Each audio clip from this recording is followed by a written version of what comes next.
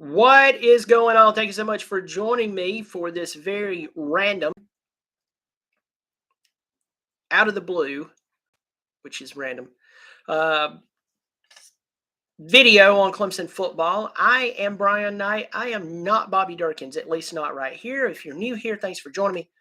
Hit the subscribe button and turn on the notifications. So, what brings me to YouTube on a 6 o'clock on a random Sunday night?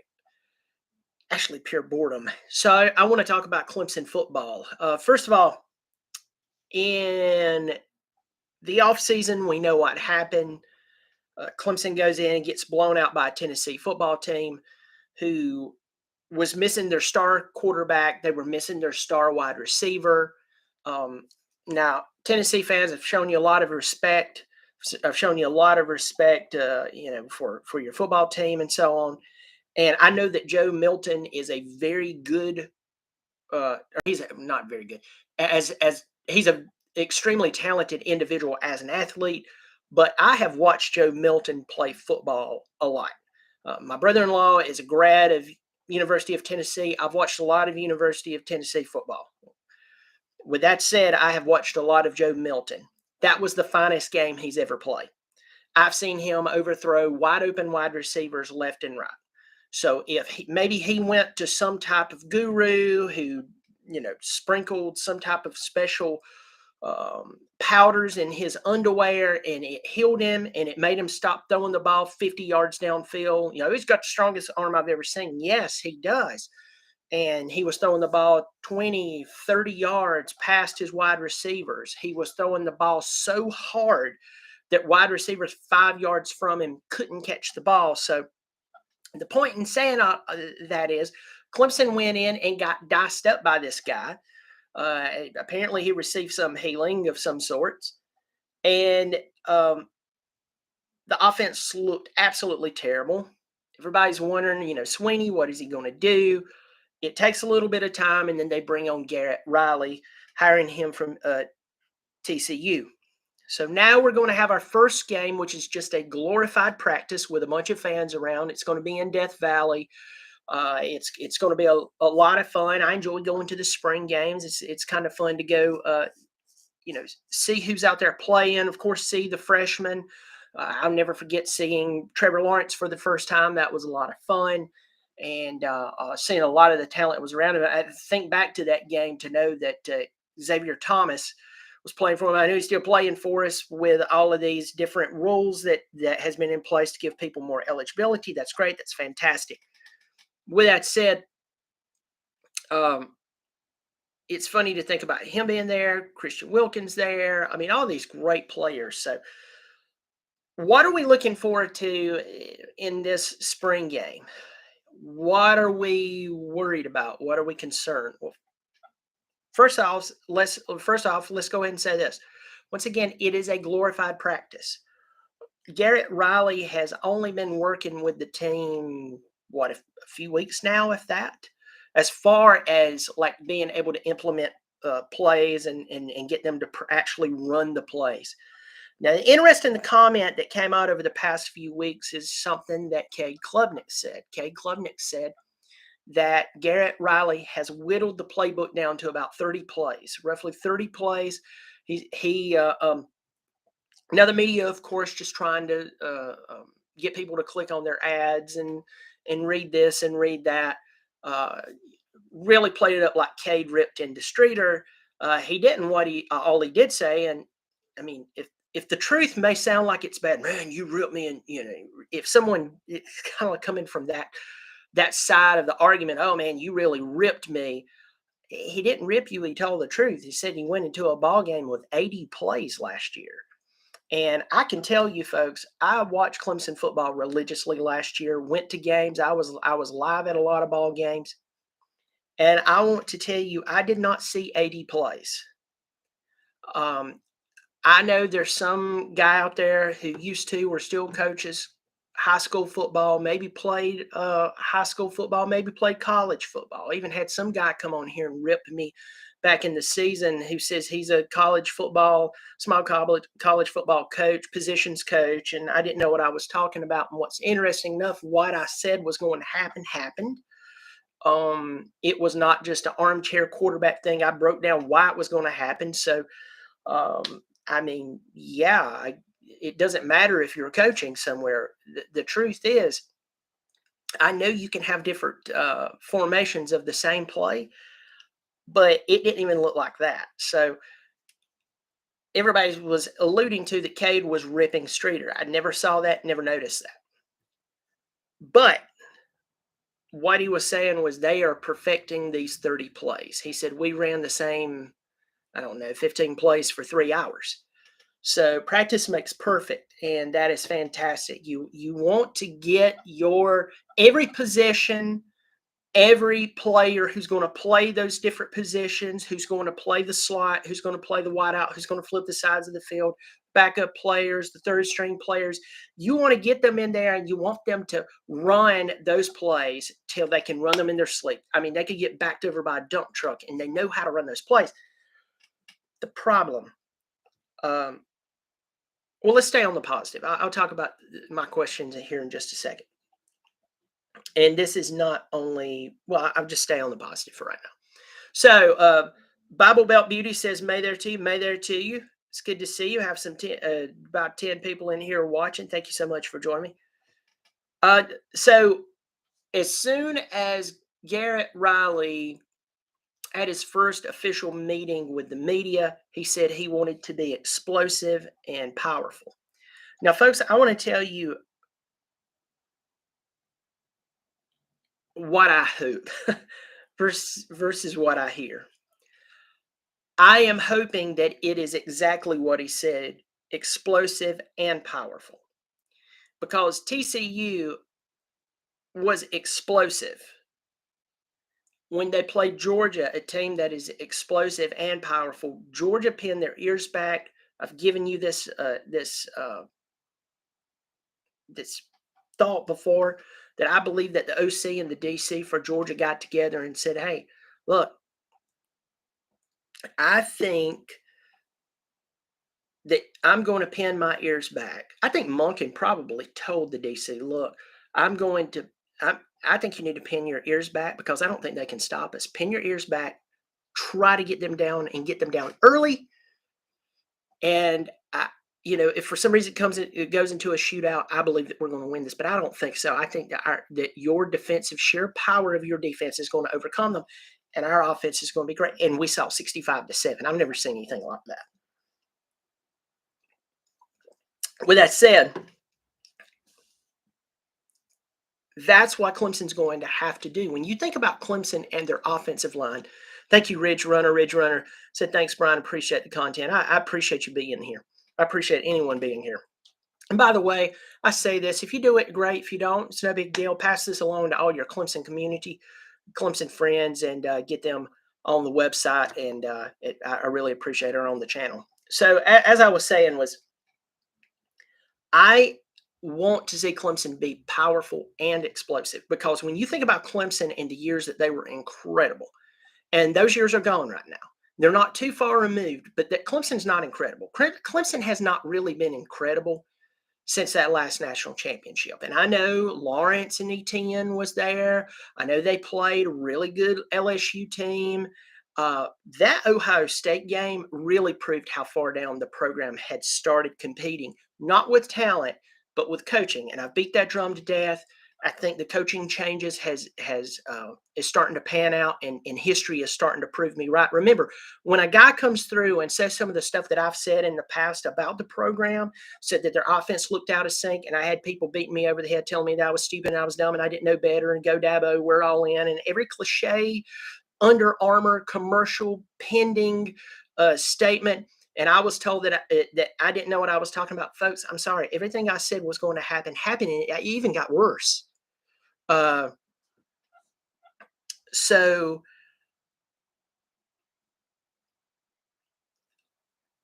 I'll just get to the point here, because we're at the 10-minute mark. I am wanting to see Clemson to return to power. When they were winning, they were a powerful team. They were explosive, but they were powerful. Look at the offensive line. Now, everybody's talking about who we're losing on the offensive line and all the people that we had.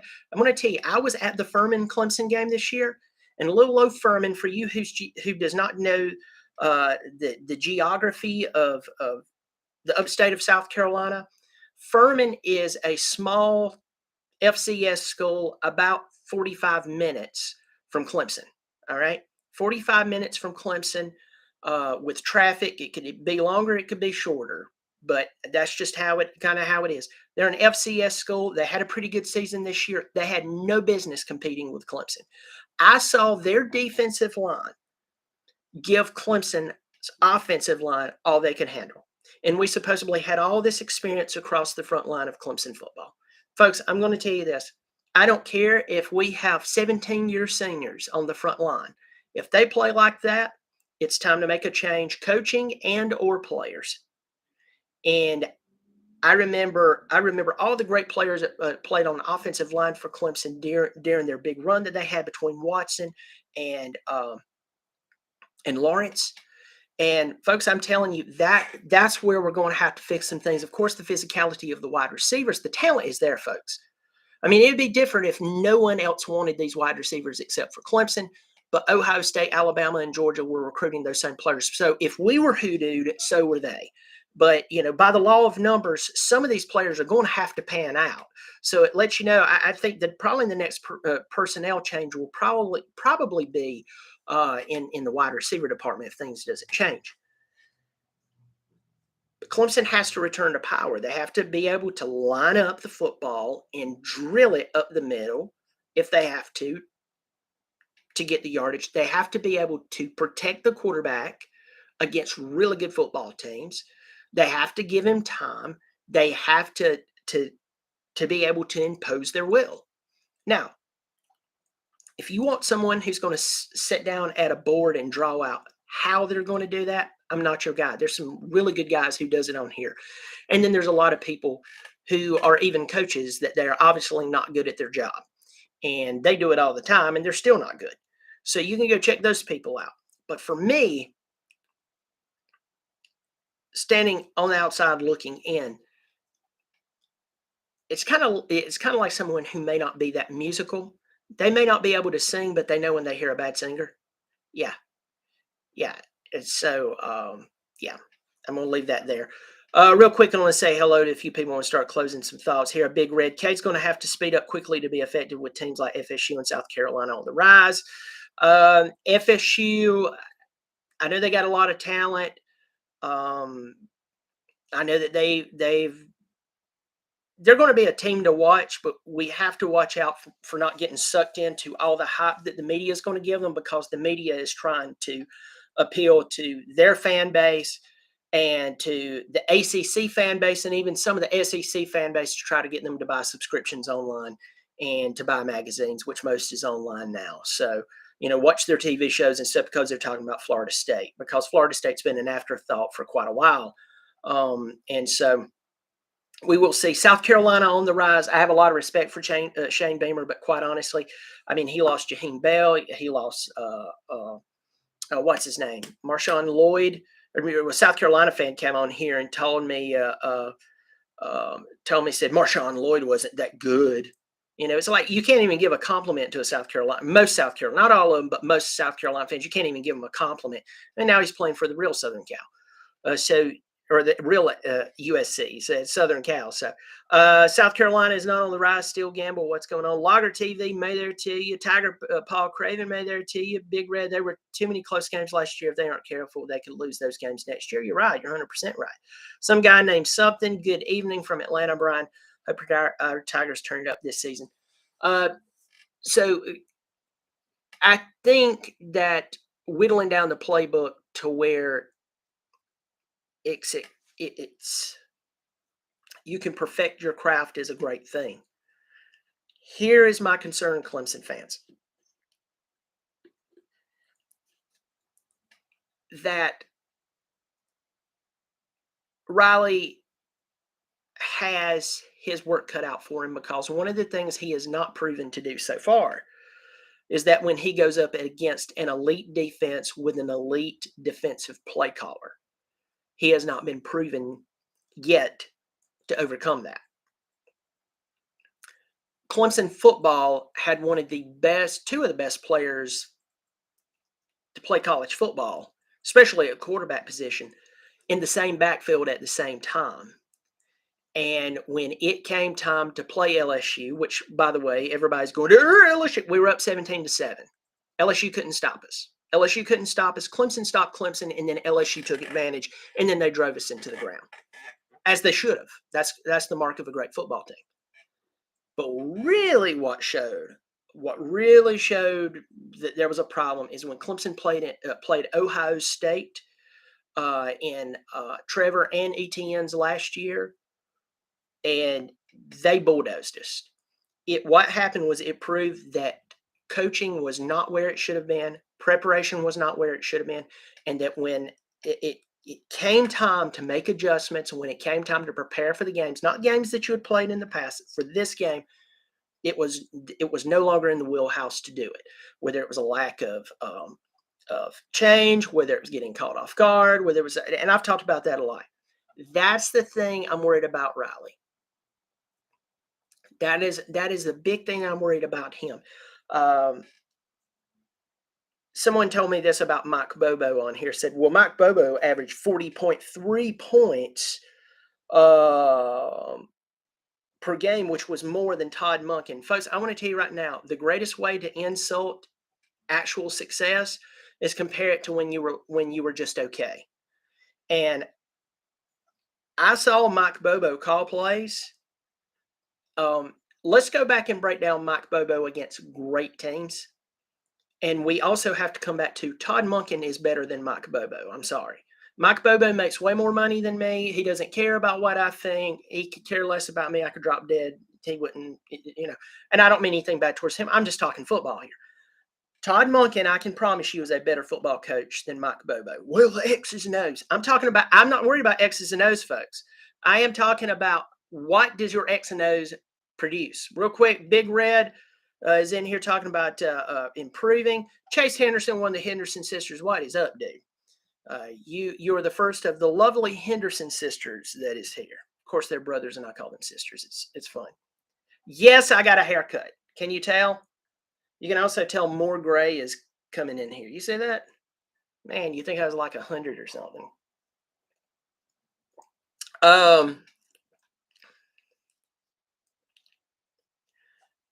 So I'm really worried about Kendall Riley in the sense of, can he make the adjustments?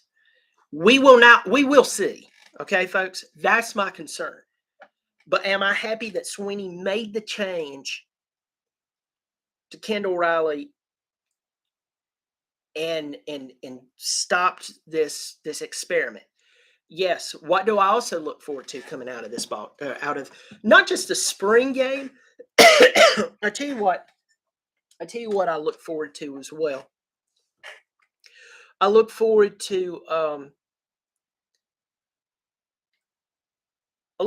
see if some of these hiring within the culture coaches, if we're going to see some of them at this time next year, or are we going to be talking about a few other people who's been fired?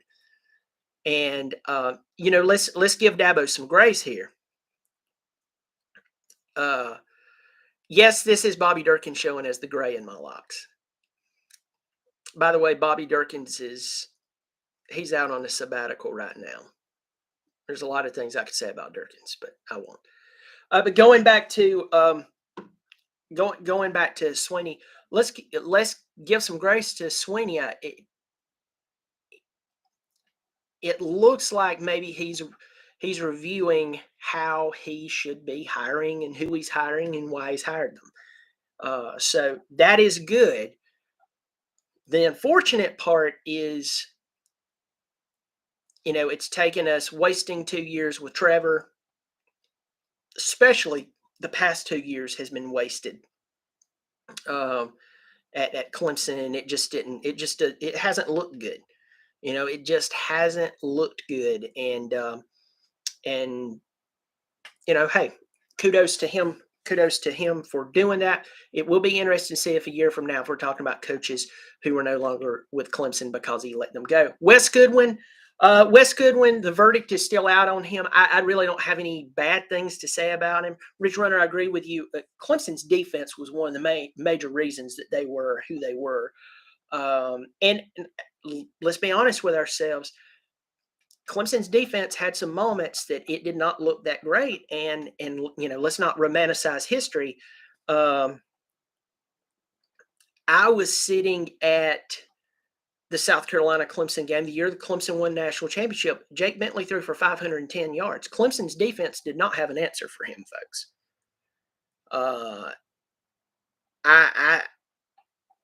I'm just being quite honest. That game, Clemson couldn't stop them. They still won by 21, but that, you have to step back and look at that. But so closing down here, I'm really just concerned, how will Kendall Riley do when he is playing against or coaching against someone who has elite talent on defense and their elite play caller? Will he be able to make the adjustment this time? He does have more talent. He does have more weapons.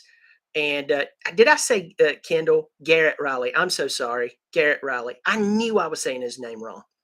Garrett Riley. Y'all forgive me. Probably delete the video. It'll end up on some local publication. You're like, who said he don't even know who plays for us? Garrett Riley. That's what happens when you get in front of a camera. Sometimes you say something stupid and say it over and over, and then people get to replay it.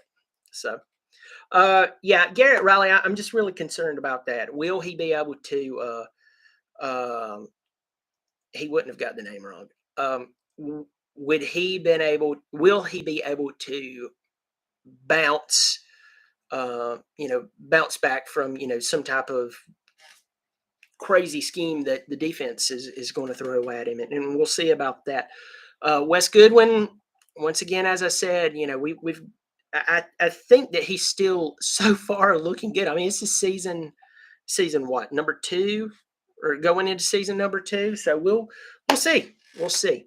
Well, folks, I tell you what I'm going to do. I'm going to close this video down, and then I'm just going to open up some questions. If you want to join me on that, talk about college football. If you want to talk about some other Clemson sports, including how Clemson basketball lost to Morehead State this week, the day right after the AD told the basketball coach that he would give him one more year. That's an interesting one to me. Hey, hit the subscribe button, pass this along to your friends. Please forgive me for calling Garrett Riley Kendall Riley. I have no clue why I said that. It's been a long weekend. So y'all be good, and I'll catch you hopefully in just a few minutes on this next video. Take care.